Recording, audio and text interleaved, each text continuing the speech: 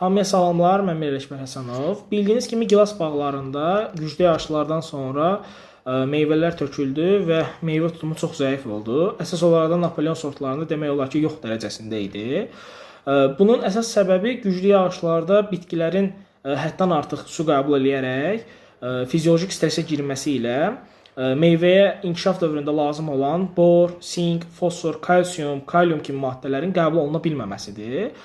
Bununla da bu maddələr meyvəyə tam ötürülə bilmir və meyvə inkişafdan qalaraq zəifləyir və güclü bir küləkdə və ya yağışda artıq saplaqdan qoparaq tökülmə görsənir və meyvə tutumu çox zəif olur.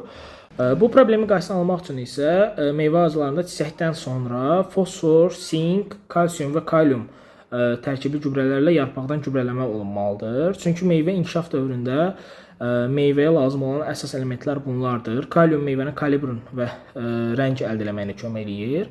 Kalsium, fosfor və sink isə həm saplağı möhkəmləndirir, həm də meyvənin inkişaf edərək gücləndirir və tökülmənin qarşısını alır. Ona görə də xarici təsirlərdən, yağışdan bitkiləri, meyvəni qorumaq üçün çiçəkdən sonra yağışdan asılı olaraq ildə 2 və 3 dəfə ən azından yarpaqdan gübrələmə olunaraq meyvə güclənməli və tökülmənin qarşısı alınmalıdır.